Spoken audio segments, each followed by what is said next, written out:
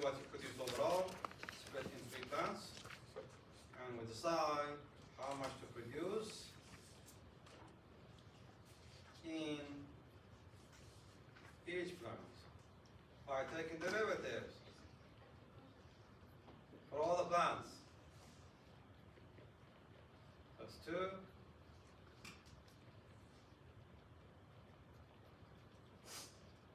That's 3. That's 2. That's 3. So when you say the process is the same, we just have more than one plant, so we take more than one derivatives, and we solve inequalities. We end up in this case with 3 equations. We need 3 unknowns. That's fine. We have enough equation for the unknowns. Right?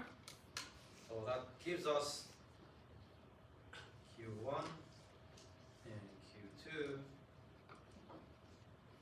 and Q3. That's definitely doable, but lots of substitution back and forth. If you end up, in fact, with more than 3 plants, then probably the only way you can do it is using matrix, because you end up with too many unknowns, too many equations. That is one way of doing it, which we're not going to do. We're going to have an alternative method that's more intuitive and does not require anything like 3 equations, 3 unknown solutions. This is the way we do it. We have 3 plants with 3 different costs. That's our demand. That's our margin value. Say we have 3 plants. Number 1, number 2, number 3. This is 1, this is 2, this is 3. Right? Say MC1 is 60 Q1. MC2 is 40 Q2. And MC3 is 20 Q3. I made them up. 3 plants, 1 is high cost, 3 is low cost, 2 is a mid cost. Alright? How do you decide how much to produce in each one? So instead of using what we did up there and solving, which requires some of these equations, I'm going to invent something called total marginal cost by horizontally summing up individual marginal costs. Right? Basically, take the marginal cost, sum them up horizontally the same way that we calculated market supply, we will calculate total marginal cost. That is, say, our total marginal cost, which come from horizontal summation of the 3 marginal costs. The way I do it to get the total marginal cost is this. Get the quantity from the first one, get it from the second one,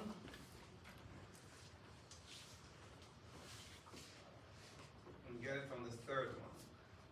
The reason you have to flip it because you want to add marginal cost horizontally, not vertically. You don't add the marginal cost, you want to add the quantities. That is MC3 MC3 divided by 20. Then add the quantities. Add the quantities, that becomes R horizontal summation of individual marginal cost. But when you add the quantities, that will be for the same level of cost called MCT. So as soon as you add them up, change 1, 2, 3 to T. That becomes horizontal summation of individual marginal cost. Right? So that is MCT 60, that is MCT 40, that is MCT 20. That is what we call horizontal summation of individual marginal cost, very much like the way you found market supply. It's the same thing mathematically. So that becomes what I produce overall, and the marginal cost of it is what common denominator I should take? Probably 120. Then I'm going to end up with 2, 3, 6. How much is that? 15? All right. 11,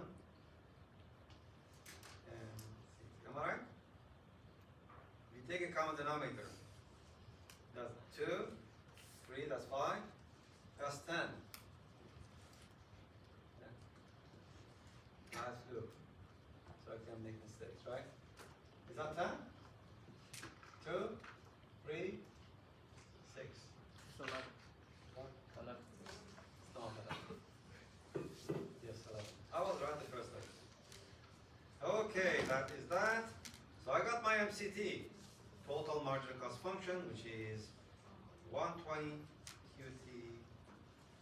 I got my marginal cost, total marginal cost function. That's step number 1. So I invented total marginal cost. Now I put it equal to margin when you get the total amount produced. That now gives me the price I can charge, and that now gives me the marginal value of that. Alright? So the second step is step number 2. I'm running out of space there, so let me open the page. Step number 2, put MCT equal to MR, solve for prices and margin value. Step number 2.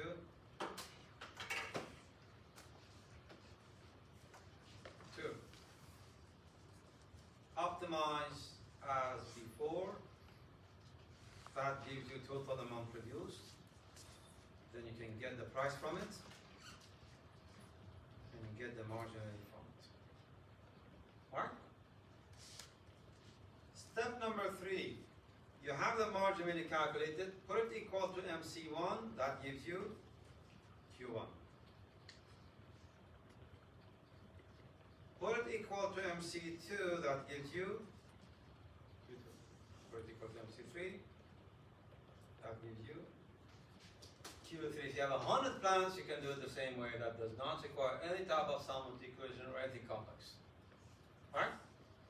Graphically speaking, you're solving it backward. You're solving for overall then individual production.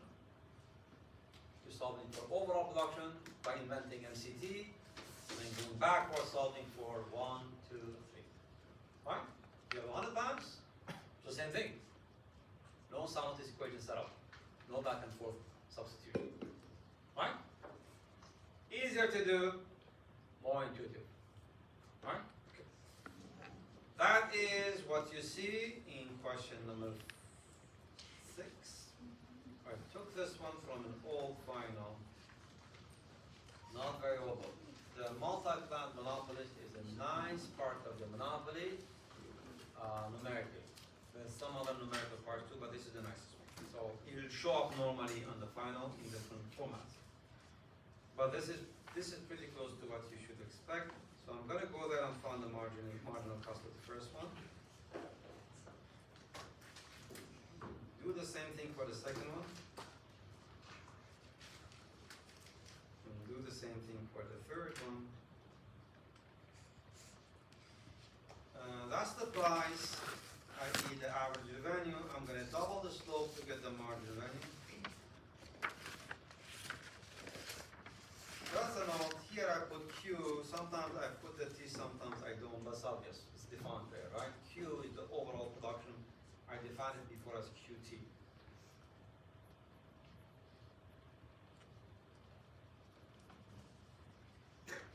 Let me graph the demand, 2,500. That's the demand.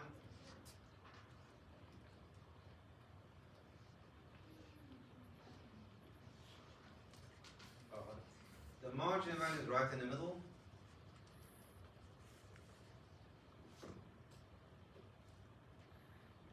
I have three costs.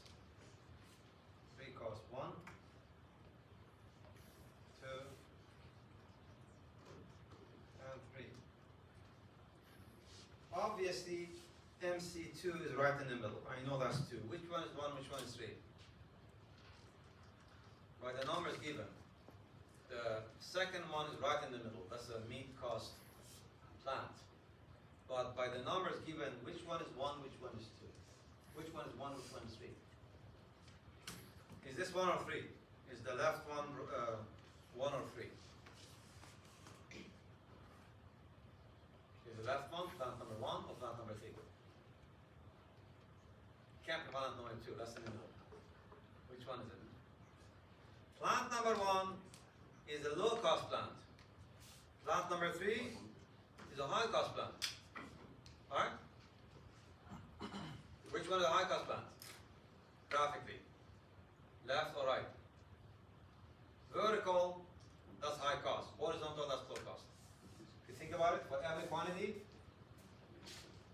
it costs harder than here. So the vertical is the high cost. So based on the way I graph it, this is 3. This is 1. Make sense? 3 is the high cost one, that's 160. 1 is the low cost, that's 40. Right? Yeah? How is it 225 for the 250. margin already? 250. Oh, mistake. Okay. So step number 1 in the optimization was find total marginal cost. So step number 1, I need to find MCT. For that, I'm going to isolate for Q to sum them up. Because MCT comes from horizontal summation, not vertical.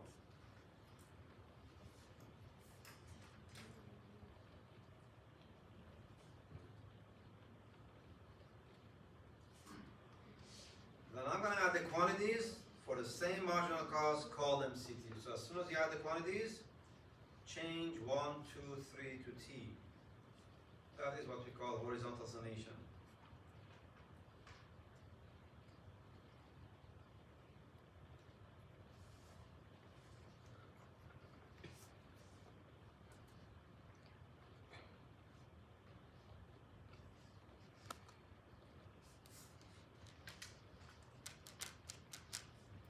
If I take a common denominator of 160, what do I get? 4, 2, 1, that's 7, right? Am I right? That's 4, that's 2, that's 1. So I found my total marginal cost, that's 160 QT7. I found my total marginal cost function with horizontal summation of individual marginal cost. Alright? Make sense? On the graph, I have my total marginal cost. That is my total marginal cost. Okay. Step number 2. Step number 2. Put MR equal to MCT, optimize the amount of quantity, that is 2000 minus a Q equal to 160 Q7. What do you get?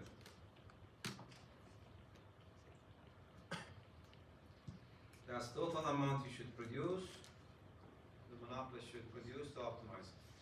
So we need this point, we need this point. What would be that? If you put this equal to 160 Q7, what do you get?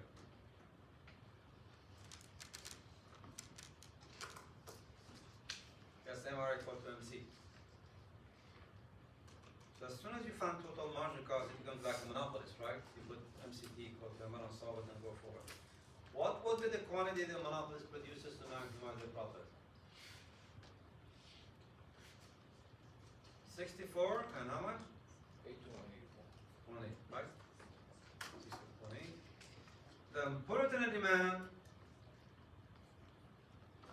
get the price. Then put it in demand, and get the price. Put it there, find the price. What's the price? What is 2000 minus 4 times 64.8? Rounded. 17, 41. I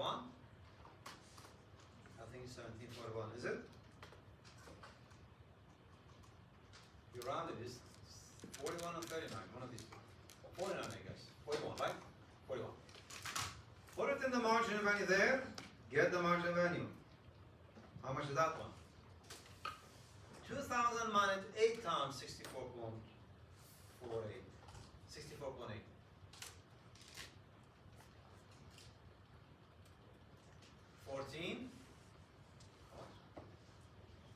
What's the margin value? 14? 80? 81? Or 79? How much do you get? 2000 minus 8 times 64.8. How much do you get? I know there's a 14 there. 1480? 1481.6. 82? Yeah, rounded. Just round it, it's fine. 82. So we got the price, we got a quantity, we got the price, we got the MR. Step number 3. Put MR equal to MC1. Get Q1. How much is that? What is 1482 divided by 40? 37? So remember, if you round it. 37? 37. Put it equal to MC2, which is 80 Q2, that gives you Q2, which should be half of it. And put it equal to MC3, which is 160 Q3, that gives you Q3, which is again half of that one. And you solve for? You round it a bit, so it doesn't add up exactly, but if you don't round, they're exactly add up. Alright? On the graph, this is what we did. We found Q1, Q2, and Q3. We did it backward. Instead of solving for the individual and summing it up, we solved for the total and went back and solved for the individual. This is much easier, right? More intuitive. Make sense? That is Q1. That's Q2. That's Q3. Now I'm going to go. Right? Okay. Let's see what else we can do. We can get the profit. That's total revenue minus TC1 plus TC2 plus TC3. And total revenue is, what was the price? 1741, 64.8. That's the total revenue. Minus TC1, 2037 squared. TC2, 4018 pound squared. I'm just applying the cost formula, right? 204080 plus 80 9.25 squared. That is my profit. Right? That was the profit. What else can I calculate? Well, I can calculate the learner index for monopoly power. P minus MC P. Right? I can do anything for monopolies that I did before. The price is 1741. What's the marginal cost? You may say I have to calculate that one. But you're optimizing. So the marginal cost should be equal to marginal value. You have the marginal value. That's the marginal cost too. Right? That should be 1482. What's the monopoly power for this multi-plant monopolies? What do you get there? What's the monopoly power for this multi-plant monopolies? Shouldn't be very high. Won't? 1.5? Not a lot of power. Not a lot of power. This is like Coke, Pepsi power. Coke index for monopoly is around 0.15. Pepsi is lower. Why? The basic needs are more attached to Coke than Pepsi. Slightly lower. Pepsi, I think 0.13. Anyway, this is equal to the inverse of elasticity of demand. So we can get elasticity of demand as well. The demand is rather elastic for this company. What do you get? Minus 8? Less than 8. 6? 6 or 606? There's 6 there, I know. The demand is pretty elastic. That's the reason there is not a lot of power there. You get 606 or 66? 66?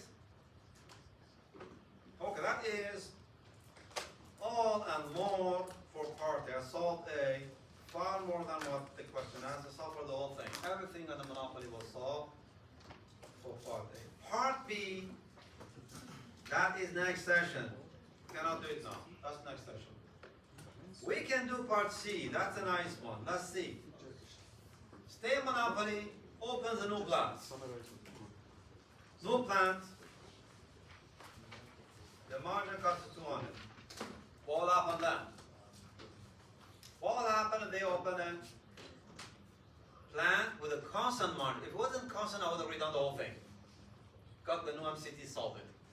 But we have a plant with a constant marginal cost. What do we do then? If you have a constant marginal cost, that's what you do. That's what you do. Put MR equal to the constant marginal cost. Take the constant marginal cost, put it equal to MR. The MR was this one.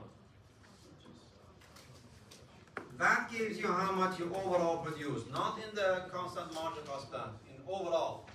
That tells you how much overall you produce. What do you get there? Let's solve it and explain why that works.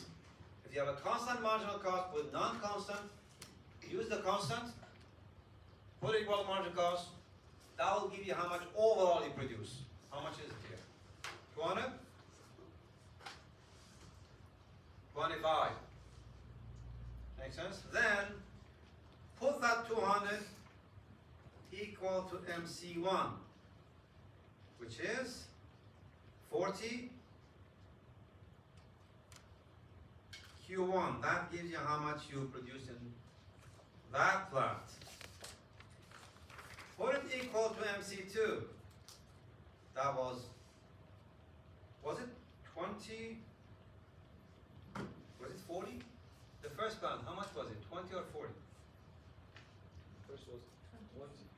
20. The first one's 40, the second one's 80. 20?